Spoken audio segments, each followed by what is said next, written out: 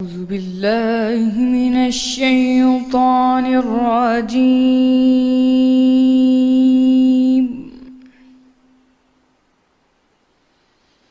بسم الله الرحمن الرحيم.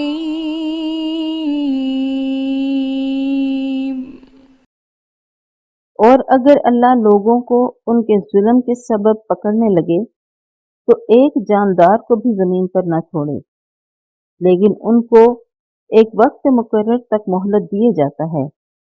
جب وہ وقت آ جاتا ہے تو ایک گھڑی نہ پیچھے رہ سکتے ہیں نہ آگے بڑھ سکتے ہیں، اور یہ اللہ کے لیے ایسی چیزیں تجویز کرتے ہیں جن کو خود ناپسند کرتے ہیں، اور ان کی زبانیں جھوٹ کہتی ہیں کہ ان کو قیامت کے دن بھلائی یعنی نجات ہوگی۔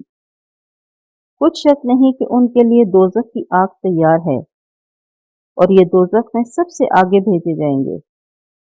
اللہ کی قسم، ہم نے تم سے پہلی امتوں کی طرف بھی پیغمبر بھیجے، تو شیطان نے ان امتوں کے کردار ناشائستہ ان کو آراستہ کر کے دکھائے، تو آج بھی وہی ان کا دوست ہے، اور ان کے لیے عذاب علیم یعنی دردناک عذاب ہے۔ اور ہم نے جو تم پر کتاب نازل کی ہے تو اس لیے کہ جس امر میں ان لوگوں کو اختلاف ہے تم اس کا فیصلہ کر دو، اور یہ مومنوں کے لیے ہدایت اور رحمت ہے۔ اور اللہ ہی نے آسمان سے پانی برسایا، پھر اس سے زمین کو اس کے مرنے کے بعد زندہ کیا، بے شک اس میں سننے والوں کے لیے نشانی ہے۔ صدق اللہ